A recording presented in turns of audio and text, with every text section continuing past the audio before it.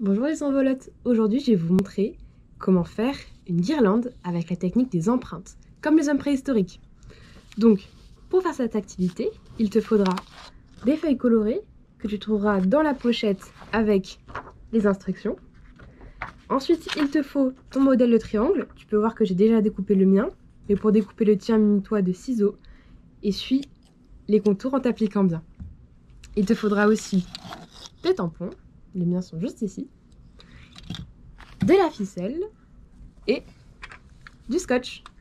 Je te conseille aussi d'avoir un petit peu d'eau à proximité pour te rincer les doigts et surtout du sopalin au cas où l'eau tombe ou que tu mettes de l'encre partout sur tes doigts. Donc, pour commencer, on va prendre le pochoir et une feuille colorée. Moi, je choisis la feuille orange. On va placer le triangle sur la feuille orange, tracer les contours et la découper avec les ciseaux. Et hop, c'est parti.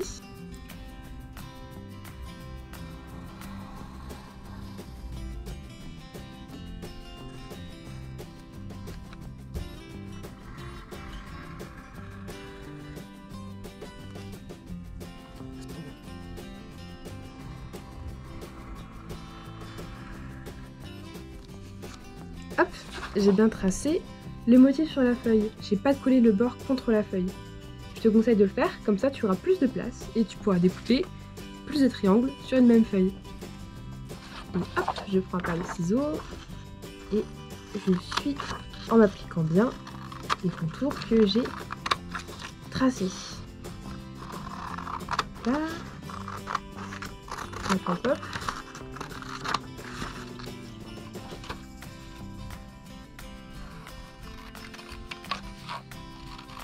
Fais bien attention de ne pas te couper en utilisant les ciseaux. Prends bien ton temps. Et hop, je viens de découper mon triangle. Maintenant, ce qu'on va faire, c'est qu'on va choisir une couleur. On va l'ouvrir. Hop, moi j'ai pris le violet par exemple. Et avec mes mains, je vais appuyer mon doigt sur l'encrier, faire une tache et dessiner ensuite un visage avec un feutre fin.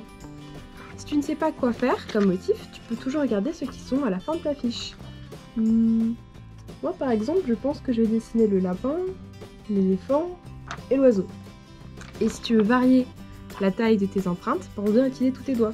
Par exemple, ce doigt-là est beaucoup plus fin que ton pouce. Hop, j'appuie bien mon doigt sur le tampon. Et hop, j'appuie là, et voilà, ça a fait une tache. Maintenant, munis-toi de ton feutre fin, que j'ai oublié de te dire de prendre. Hop, tu l'ouvres, et tu dessines les motifs. Moi, par exemple, je vais faire l'éléphant.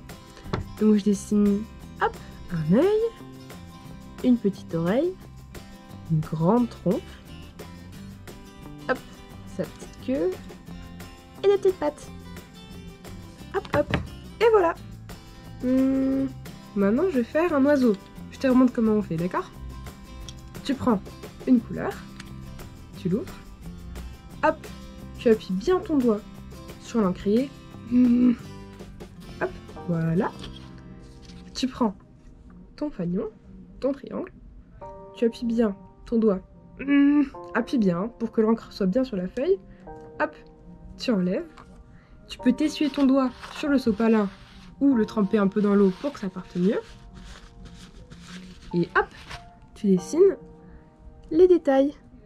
Un petit bec, un œil, une aile, une petite queue, hop là, des pattes. Et voilà, j'ai dessiné un oiseau. Je vais faire d'autres motifs et puis je reviens tout de suite te voir pour te montrer comment l'afficher. Et hop, je viens de terminer mes deux fanions. Tu peux en faire autant que tu veux. Moi, j'en fais juste deux pour te montrer, mais tu peux en faire 15, 20, autant que tu veux. Et si jamais tu n'as plus de feuilles de couleur, tu peux aussi les faire sur des feuilles blanches. Ça marche très bien. Ensuite, pour réaliser ta guirlande, tu vas prendre ta ficelle et tu vas la mettre juste au-dessus de ton fanion. Ok?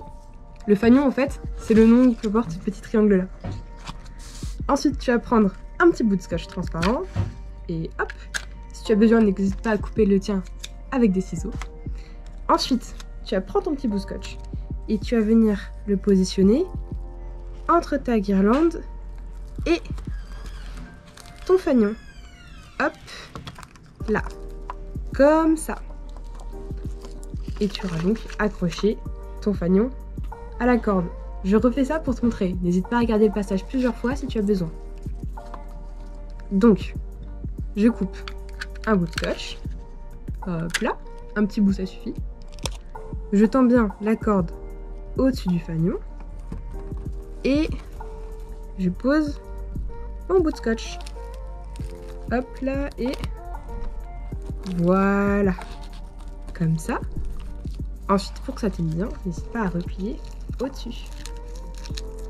Et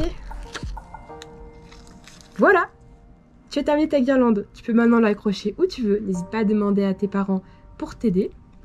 Et tu peux maintenant profiter de ta guirlande.